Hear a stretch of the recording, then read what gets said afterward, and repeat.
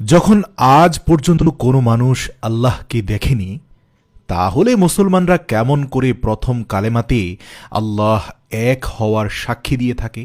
কেন তারা বলে আল্লাহ ছাড়া কোনো মাবুদ নেই? দ্বিতীয় প্রশ্ন, যখন পৃথিবীর সমস্ত কিছু আল্লাহ তাআলার অনুগত, তাহলে এ পৃথিবীতে যা কিছু হয় ভালো মন্দ তার সমস্ত কিছু আল্লাহর হুকুমেই হয়ে থাকে। তাহলে এ পৃথিবীতে কোনো খারাপ কাজের জন্য মানুষ কেন দোষী হয়ে থাকে? কেন সে সাজা পাবে? তৃতীয় নম্বর প্রশ্ন, মুসলিমরা বলে যে শয়তান আগুন থেকে জন্ম নিয়েছে। আবার আল্লাহ তাআলা বলেন কাল কিয়ামতের দিন শয়তানকে জাহান্নামের আগুনে নিক্ষেপ করা হবে। শয়তান যখন নিজেই আগুন থেকে তৈরি হয়েছে, তাহলে সেই আগুন শয়তানের কী বা করতে পারবে? এক মুশরিক পণ্ডিতের এমন তিনটি কঠিন প্রশ্নের জবাব তৎকালীন সময়ের কোনো মুসলিম আলেমরা দিতে পারেননি। এজন্য সেই মুশরিক পণ্ডিত সবসময় গর্ব করে বলতো, কোনো মুসলিম আমার এই তিনটি প্রশ্নের উত্তর দিতে পারবে না। একদিন সেই মুশরিক পণ্ডিত নিজের কোনো কাজের জন্য ঘর থেকে বাহির হলেন, আর তিনি কিছুটা দূরে গিয়ে একজন দরবেশ ফকিরকে অতিক্রম করলেন। ওই ফকির যিনি মাটিতে বসে বসে মাটির কিছু পাত্র বানাচ্ছিলেন। যখন সে মুশরিক পণ্ডিত তার পাশ দিয়ে পেরিয়ে গেলেন, তখন সেই ফকির দরবেশ জোরে আওয়াজ দিয়ে বললেন, এই যে মশাই, যদি একটু শুনতেন। তখন সে পণ্ডিত সঙ্গে সঙ্গেই দরবেশের কাছে চলে আসলেন। দরবেশ বললেন, আমি শুনেছি আপনার তিনটি প্রশ্নের উত্তর নাকি কেউ দিতে পারছে না, আর যেগুলোর উত্তর নাকি আজ পর্যন্ত কেউ কোনোদিন দিতেও পারবে না আপনি বলছেন। যদি আপনি সেই প্রশ্নগুলো আমাকে একটু করতেন, তাহলে সেই উত্তর দিতে পারি কি না তা চেষ্টা করে দেখতাম। তো দরবেশের মুখে এমন কথা শুনে সেই মুশরিক পণ্ডিত মুচকি হাসলেন আর বললেন, আমার এই প্রশ্নের উত্তর বর্তমান জামানার বড় বড় আলেমরা পর্যন্ত দিতে পারেনি, আর আপনি তো একজন ফকির মানুষ, আপনার কাছে আর কি বা জ্ঞান থাকতে পারে? পণ্ডিতের মুখে এমন কথা শুনে সেই দরবেশ মুচকি হেসে বললেন, আরে পণ্ডিত মশাই, প্রশ্নগুলো একটু করুন তো দেখি। এরপর সেই মুশরিক পণ্ডিত নিজের প্রশ্নগুলো করতে শুরু করলেন। প্রথম প্রশ্নটা বললেন, যখন আজ পর্যন্ত কোনো মানুষ আল্লাহকে দেখেইনি, তাহলে মুসলমানরা কেমন করে কালেমাতে সাক্ষী দিচ্ছে আল্লাহ এক এবং অদ্বিতীয়? দ্বিতীয় প্রশ্ন হচ্ছে, যখন পৃথিবীতে সমস্ত কিছু আল্লাহর অনুগত, তাহলে ভালো খারাপ সব কিছুই তো আল্লাহর হুকুমে হয়, মানুষ কেন খারাপ কাজের জন্য শাস্তি ভোগ করবে, দোষী হবে? তৃতীয় প্রশ্ন হচ্ছে, আল্লাহ রব্বুল আলামিন শয়তানকে আগুন থেকে সৃষ্টি করে আবার কি করে আগুনে পোড়াবেন? এরপর সেই মুশরিক পণ্ডিত হাসতে হাসতে বললেন, যেগুলোর উত্তর আজ পর্যন্ত কেউ দিতে পারেনি, আমি জানি আপনিও পারবেন না। এই প্রশ্নগুলো শোনার পর সে বুজুর্গ অনেকক্ষণ যাবৎ সেই মুশরিক পণ্ডিতের দিকে তাকিয়ে রইলেন, আর মনে মনে কি যেন ভাবনা চিন্তা করছিলেন। এদিকে ফকির দরবেশের এমন অবস্থা দেখে মুশরিক পণ্ডিত মনে মনে ভীষণ খুশি হচ্ছিলেন। এরপর সেই ফকির দরবেশ হঠাৎ করেই নিজের হাতে থাকা উপস্থিত মাটির পাত্র দ্বারা সেই মুশরিক পণ্ডিতের মাথায় প্রচণ্ড জোরে আঘাত করলেন, আর সেই পাত্রের আঘাতের কারণেই মুশরিক পণ্ডিতের মাথা থেকে রক্ত বের হতে শুরু করল। এতে পণ্ডিত রেগে গেলেন, আশপাশের লোকজনও বিষয়টাকে খুব খারাপ চোখে দেখলেন। তখন পণ্ডিত বললেন, প্রশ্নের উত্তর যখন বুদ্ধি খাটিয়ে দিতে পারেননি, তখন দৈহিক শক্তির ব্যবহার করে আমাকে জখম করলেন।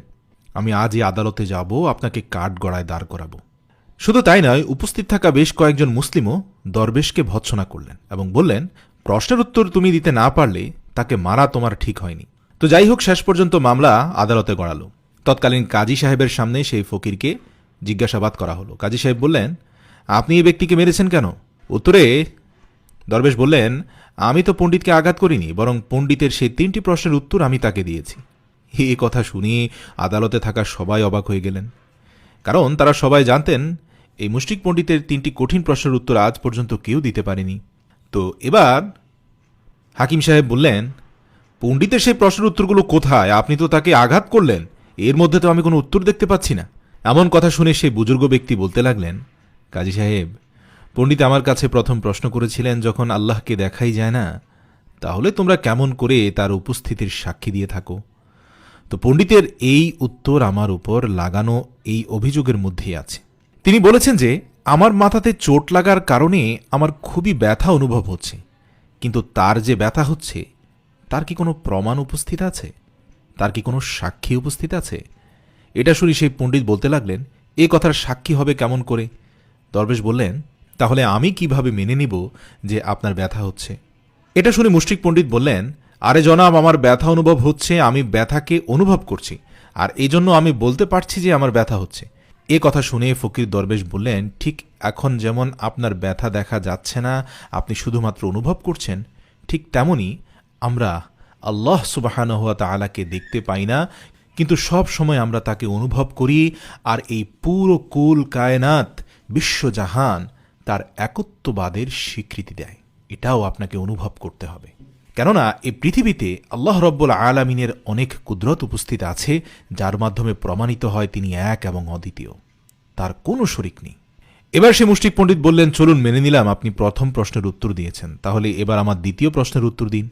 তারপর সে বুজুর্গ দরবেশ বলতে লাগলেন, আপনি বলেছিলেন যা কিছু হয় তা আল্লাহ রব্বুল আলামিন করে থাকেন, তাহলে কোনো খারাপ কাজের দোষ মানুষ কেন নিবে এবং এর জন্য মানুষ কেন শাস্তি পাবে?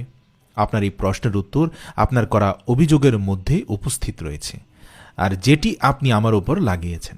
যখন সব কিছু আল্লাহ রব্বুল আলামিন করেছেন, তাহলে এর মধ্যে আমার কী দোষ আছে? আপনি আমার উপর কেনই বা অভিযোগ করেছেন? তারপর সেই পণ্ডিতের দ্বিতীয় প্রশ্নের উত্তরও সে বুঝতে পারল। আর যা শুনে সেই মুশরিক পণ্ডিত তার কণ্ঠস্বর সামান্য নরম করে বললেন, ঠিক আছে, আমি মেনে নিলাম আমার দ্বিতীয় প্রশ্নের উত্তরও মিলে গেছে। এখন কি আপনার কাছে আমার তৃতীয় প্রশ্নের উত্তর উপস্থিত আছে? উত্তরে সেই বুজুর্গ দরবেশ বলতে লাগলেন, আপনার তৃতীয় প্রশ্ন হলো শয়তান আগুন থেকে সৃষ্টি হয়েছে, আর আল্লাহ বলেন কিয়ামতের দিন শয়তানকে জাহান্নামের আগুনে নিক্ষেপ করবে। তাই আগুনের কি ক্ষতি করতে পারে? তাহলে এখন আপনি আমাকে এটা বলুন, আপনি কিসের তৈরি? তখন সেই মুশরিক পণ্ডিত বললেন, আমি মাটির তৈরি। এটি শুনে বুজুর্গ দরবেশ বললেন, আমি যে পাত্রটি আপনার মাথায় মেরেছিলাম সেটি কিসের ছিল? তখন সেই মুশরিক পণ্ডিত বললেন, সেটিও মাটির ছিল। তো এরপর সেই বুজুর্গ দরবেশ বললেন, একদম সঠিক, যেমনভাবে আপনি মাটি থেকে সৃষ্টি হয়েছেন আর সেই পাত্রটিও মাটির দ্বারা তৈরি হয়েছে, তবুও আপনার মাথা ফেটে গেল। এরপরও যদি আপনি বলেন যে শয়তান আগুন থেকে সৃষ্টি হয়েছে বলে মহান রব্বুল আলামিন কিয়ামতের দিন তাকে জাহান্নামে ফেললেও সে কোনো ব্যথা বা যন্ত্রণা অনুভব করবে না, আগুন তার কিছুই করতে পারবে না, তাহলে আপনার কথার মতো মাটির পাত্রের আঘাতেও আপনার কিছুই হওয়ার কথা নয়, কিন্তু আপনার মাথা ফেটে গেল কেন? তেমনই ঠিক একইভাবে কিয়ামতের দিন জাহান্নামের আগুন শয়তানকে জ্বালিয়ে পুড়িয়ে নষ্ট করে দিবে। এই তিন প্রশ্নের উত্তর যখন মুশরিক পণ্ডিতের সামনে রাখা হলো, তখন সেই মুশরিক পণ্ডিত একেবারে নিশ্চুপ হয়ে দাঁড়িয়ে রইলেন। অতঃপর আদালত বলল, তা যাই হোক, আপনি যেহেতু অপরাধ করেছেন তাই আপনাকে সাজা পেতে হবে, কারণ আদালত ধর্মের কোনো প্রশ্নের ভিত্তিতে একজন মানুষকে আঘাত করার অপরাধ ক্ষমা করতে পারে না। এ কথা বলার পর মুশরিক পণ্ডিত আদালতের কাছে দুই হাত তুলে ক্ষমা চেয়ে বললেন, মহামান্য আদালত, আমি আমার অভিযোগ উত্থাপন করছি এবং এই ফকির সাহেবকে মুক্ত করে দেওয়ার অনুরোধ করছি।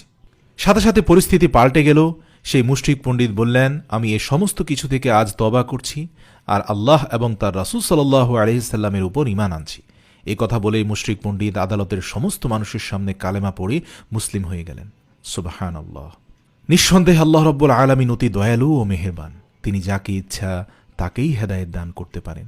তিনি যাকে ইচ্ছা তাকেই সম্মানিত করেন, যাকে ইচ্ছা তাকে অপমানিত করেন, যাকে ইচ্ছা তাকে জ্ঞান দান করতে পারেন। এ পৃথিবীর সমস্ত কিছুই তার অনুগত।